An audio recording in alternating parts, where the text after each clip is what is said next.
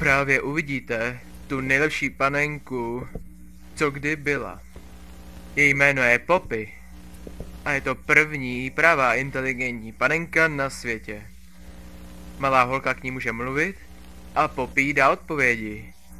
Je to první panenka, co je schopná mít konverzaci s dítětem. Nevěříte? Jen koukejte. Poppy Playtime! Poppy jak se žrání jako reálná dívka. A také umí mluvit. Ahoj, mé jméno je Poppy. Miluju tě. Pomůžeš mi vyleštit boty? Ale samozřejmě, Poppy. Stejně jako reálné dívky, Poppy chce vypadat co nejlépe. Perfektní, děkuju ti. Její vlasy jsou pevné a nevypadají, když ji učešeš. A voní přesně jako vlčí mák. Je to ještě něco, co bys chtěla říct, Poppy? Jsem reálná dívka, přesně jako ty. Jaký je čas? Čas na hraní! A jestli byste chtěli někdy vidět, jak tyhle všechny mezinárodně oblíbené hračky vytváříme, play.com právě nabízí tovární prohlídku jen za 75 korun na osobu. Celá hodina v nejvíc magické továrně na hračky v celém světě. Tak na co čekáte? Pojďte se podívat do továrny. Nemůžeme Zdraví.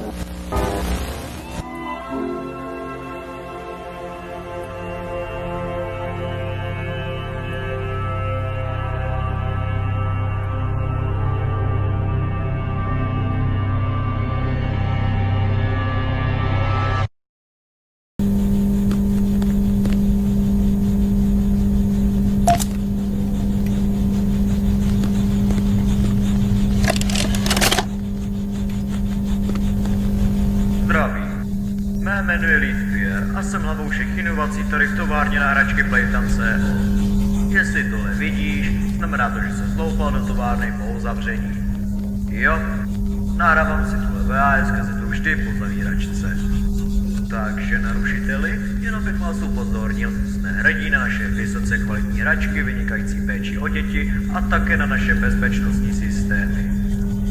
Tak například máme továrnu plnou skrytých spouštěčů pohybu, které po uzavření továrny zapnou nouzové alarmy a kontaktují příslušné úřady. A tohle je jeden z mnoha bezpečnostních systémů. Žádné spoilery. Takže dejte na moje varování a odejděte. Ještě není pozdě se otočit. Doufám, že jste si jistí tím, co přesně děláte.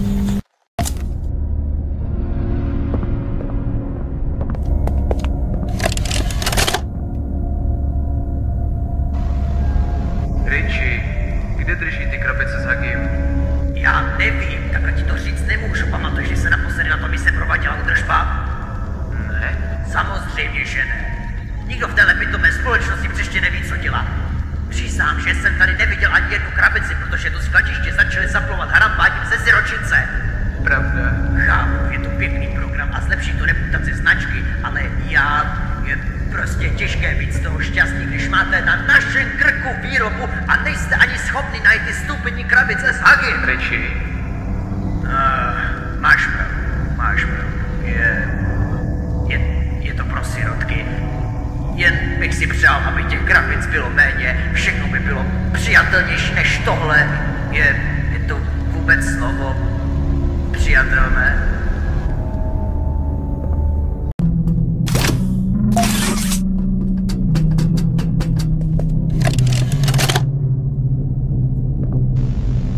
Takže Stella, co tě přivedlo k tomu chtít pracovat v Playtime Company továrně?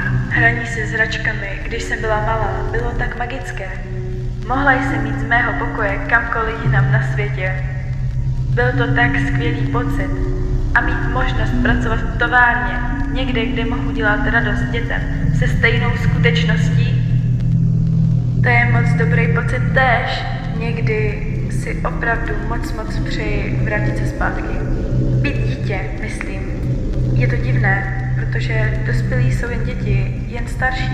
Nemyslím si, že se někdo někdy cítí jako dospělý, ale tvé tělo jen zestárne a bude stárnout a pak umřeš. Puf! Lidská těla nemohou být stále mladá. Jsou to věci, Jak nějaké stromy, co mohou žít na věky, i když jsou dost starší než lidi. Myslím, nejstarší lidi, co tady byli, jsou pořád mladší než stromy.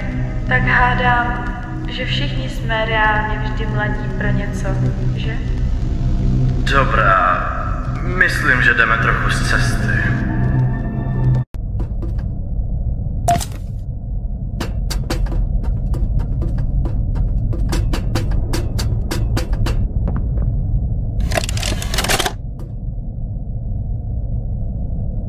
Poslední záznam experimentu 1006, prototyp. Koordinace a kooperace je evidentně v jeho schopnostech, taktéž jako u jiných experimentů jeho typu. Když tady chybí, dnešní události jsou ve vztahu k němu bez pochyby. Jeho absence byla chybou ve vědeckém procesu, který by neměl za žádných okolností zůstat bez povšimnutí. To je ten důvod, proč natáčím tento záznam. Tato chyba se nesmí opakovat. Všechny budoucí experimenty budou zavřeny na bezpečném a střeženém místě. O sebe strach nemám. Brzy se vrátím. Musíme pokračovat ve jménu vědy. Ať to ti, kteří jsou pod náma, chápou, nebo ne. Konec.